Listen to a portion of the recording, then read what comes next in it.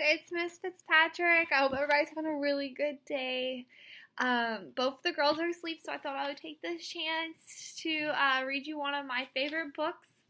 It is Corduroy. Corduroy is a book that, it was one of my favorite books when I was in kindergarten and first grade. I remember my kindergarten teacher, Miss Arnold, reading it to me. And I remember feeling really sad because I remember wanting to take all the teddy bears in the world home so I could love them, so they'd all have a home. And because that's kind of what Corduroy is like. You'll see that in a second. One of my favorite, and now that I'm an adult, I'm like that with dogs and other animals. I want to take them all home, but Mr. Fitzpatrick says no. We can't have any more pets.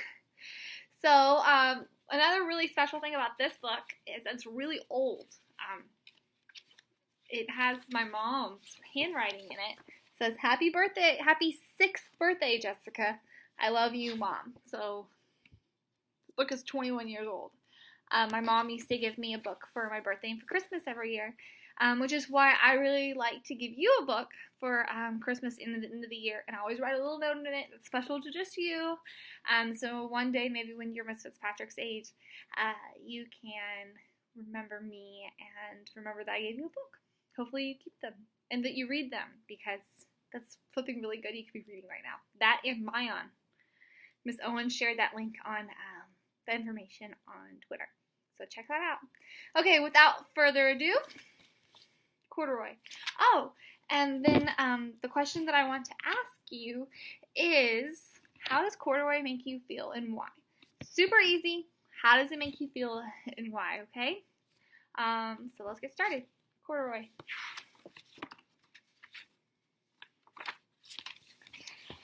Corduroy is a bear who once lived in the toy department of a big store. Day after day, he waited with all the other animals and dolls for somebody to come along and take him home. He's just waiting. But look at the creepy clown. I actually really like clowns. Fun fact, up until Miss Fitzpatrick was 16, I wanted to be a clown when I grew up. Then I realized that's creepy. The store was always filled with shoppers buying all sorts of things, but no one ever seemed to want to buy the small bear in green overalls. There he is, just waiting. Looks like somebody bought the creepy clown. It's not there anymore. Then one morning, a little girl stopped and looked straight into Corduroy's bright eyes. "Oh, Mommy," she said, "look, there's the very bear I've always wanted." "Not today, dear," her mother sighed. "I spent too much already. Besides, he doesn't look new. He's lost a button in his front shoulder strap."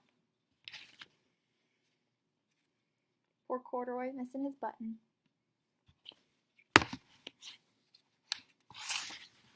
Corduroy watched them sadly as they walked away. "I didn't know I lost a button," he said to himself. "Tonight, I'll go see if I can find it." Walked away. He's like, "What? I lost a button? Man." Late that evening, when all the shoppers had gone and the doors were shut and locked, Corduroy climbed carefully down from his shelf and began searching everywhere on the floor for his lost button.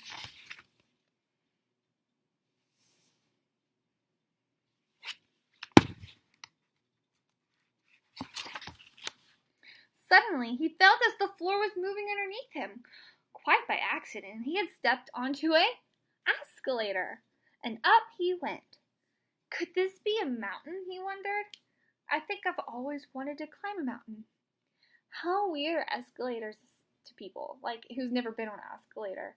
Like, could you imagine never being on an escalator in your whole life and then getting on an escalator and the floor starts moving? You're like, oh no, what's happening?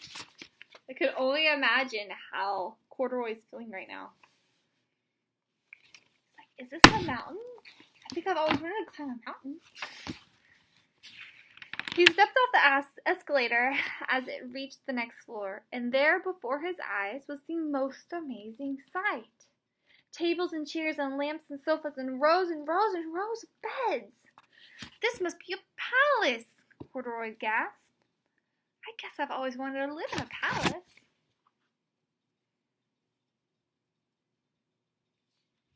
Like gallery furniture. He wandered around admiring the furniture. This must be a bed, he said. I've always wanted to sleep in a bed. As he crawled up onto the large, thick mattress. All at once he saw something small and round. Why, here's my button, he cried, and as he tried to pick it up, but like all the others, it was on the mattress, held down tight. Y'all should all go look at y'all's mattress and see if you have buttons on it. That's a really old way to make mattresses. They really don't do that anymore, but Mrs. Patrick remembers the mattress that we had at our house when I was growing up that had buttons sewn on it. You couldn't pull the buttons off. Maybe y'all have one. Check it out. He yanked and pulled with both paws until pop! Off came the button and off came the mattress. Corduroy toppled. Bang! Into a tall floor lamp. Over it fell with a crash.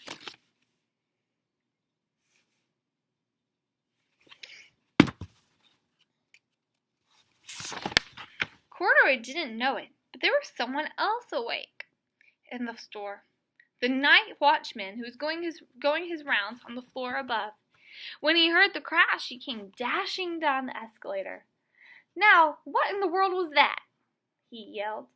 Somebody must be hiding around here.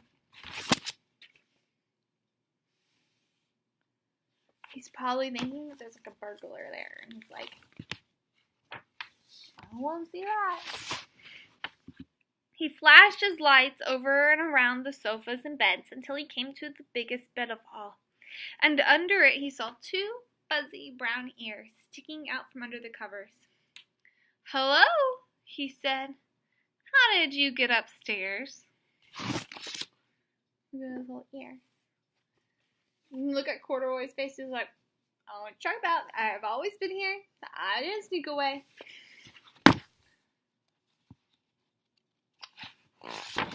The watchman tucked Corduroy under his arm and carried him down the escalator and set him on the shelf in the toy department with the other animals and dolls.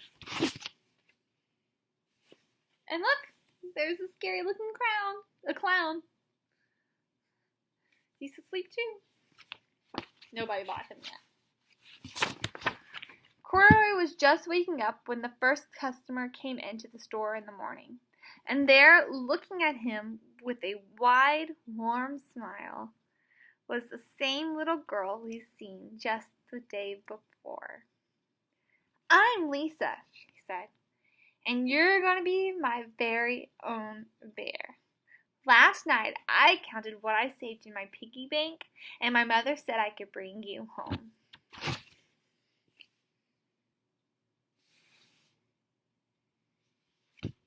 Corduroy's gonna get to go home. She saved her money. She didn't ask Mom and Dad. Well, she asked Mom and Dad to buy it, but then you know what? Mom and Dad said no. She's like, well, maybe I have my own money.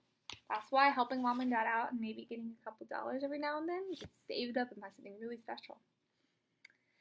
Shall I put them in a box for you? The sales lady asked. Oh, no, thank you, Lisa answered, and she carried Corduroy home in her arms. She ran all the way up 4 flights of stairs into her family's apartment and straight to her own room. Do I get her carry him?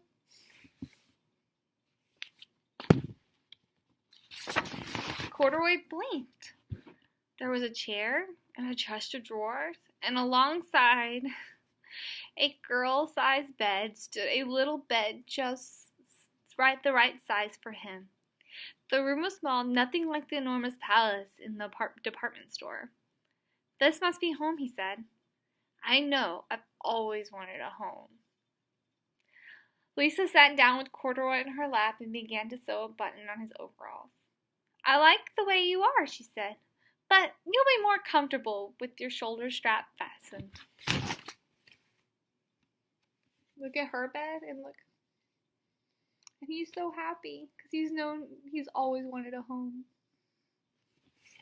There she is, sewing the button on for Corduroy. You must be a friend, said Corduroy. I've always wanted a friend too. Me too, said Lisa, and gave him a great big hug. Look how happy he is.